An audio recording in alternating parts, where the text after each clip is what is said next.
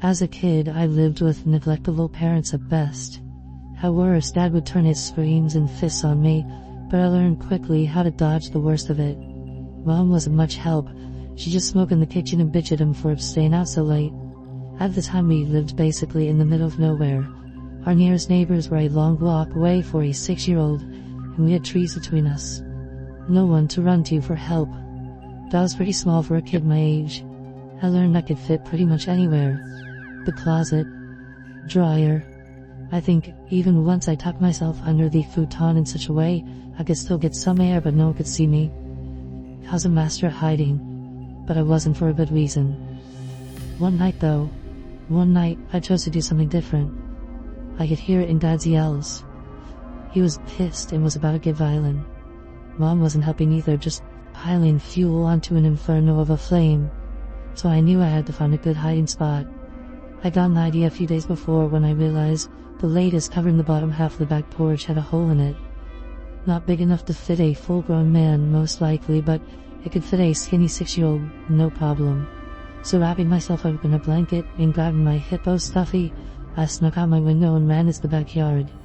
In the middle of autumn, when it was 40 degrees out, and the temperature was steadily dropping.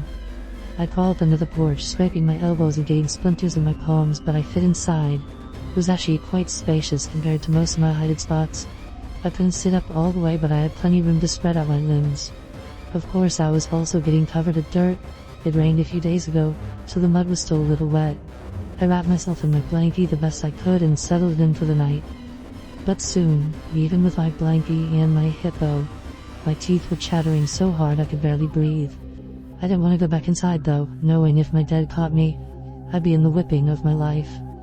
So I had to tough it out. Honey, are you cold? That voice was not the voice of my mother.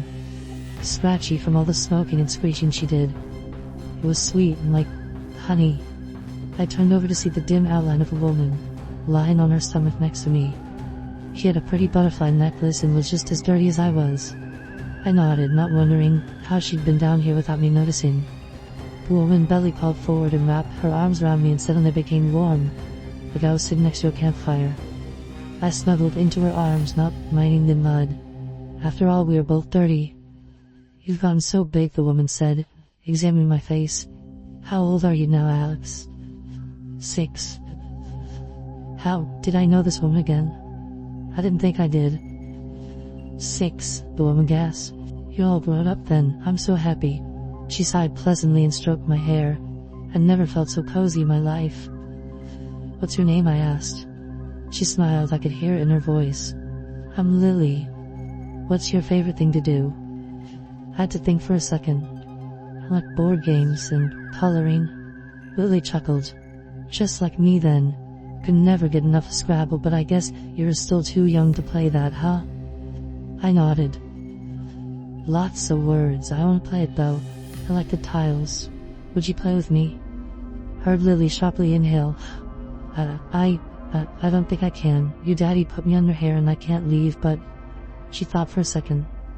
Alex, would you do me a favor? Of course, this lady was oh so nice. Why wouldn't I do her a favor? When you wake up in the morning, go to the police station. Ask for an officer by the name of Loyal Joyce. Tell him where to find Lily, okay? Under your back porch. He'll come and you'll get me, okay? And then maybe we can play Scrabble. Yippee, I was too excited about the possibility of playing Scrabble to notice how Lily's voice caught at the end. I nodded vigorously. I'll do it. We can be on the same team, right? Lily softly laughed. I hope you understand the rules. Good night, Alex. When I woke up in the morning, I heard Lily's voice. Go now. Your dad's gone to work. I'll tell you to get to the station. Rubbing my eyes, I crawled out from under the porch and went into the house to grab my shoes and a coat. I shivered in the frosty cold. I thought Lily was right behind me. After my shoes and coat were on, I started walking. It was long enough to get on to the neighbor's house. I really can't remember how long it took to get to the police station. Although I have no idea why no one pulled over to see what the hell a 6-year-old in dirty pajamas is doing walking alongside the road. Lily kept guiding me onward. Wait, okay, cross the street now. Turn right here. Keep going, you've almost made it.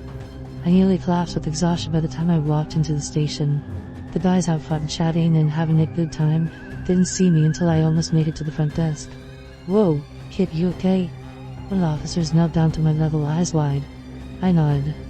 "I'm okay. Can I speak to Loyal Joyce?" I asked. One of the other officers picked me up. "Sure, kid. Sure. Let's get you someplace warm." Holy shit. The lips are blue.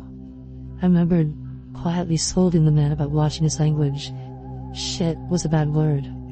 I was given some warm cocoa and wrapped up in a blanket by the time an old man with a graying mustache sat by me. "Hey kid, I'm Sheriff Joyce. What's your name?" he asked. "Alex." I set down my cup and looked him straight in the eye. "I was told to tell you that Lily is under the back porch. You need to go or let her out so we can play Scrabble." I had never seen a grown man turn pale before. Lots of things blurred together at this point. I remember being taken back to my house and there were a lot of police cars and people around. The back porch was surrounded by yellow tape, and someone was taking a black bag away while my dad was in handcuffs. After that I lived with my grandparents, Sheriff Joyce and his wife. I tried to ask about what happened and who was Lily, but I always got shut down. I was too young to know. But life got better. A lot better. Grandpa was the best man I could have hoped for in my life. We went out on weekends to the movies where he let me have the giant soda even though I'd have to pee in the middle of the movie. When I asked if I could drink when I was 13, he let me try a beer. I spat it out and didn't touch it again. He never judged me for my love of art, letting me paint my own bedroom multiple times over the years. I felt safe around him. He never laid a hand on me. My grandmother was amazing too. Over the week she'd homeschool me along with teachings, things that you wouldn't learn in school, such as how to respect others but not take their crap. And cooking, lots of cooking. I could make my own birthday cake by the time I was 12. I usually just made them for my friends. I got a lot of those. After I was free from my dad. When I turned 16, Grandpa took me back to my dad's house. The whole thing had been bulldozed over, but I could still see the yellow tape wound around a few trees, faded and torn. We sat together on the back of his truck. He opened a beer and drank half of it before setting it down and grabbing me an orange soda. After I drank it, he told me, "Lily was your mother."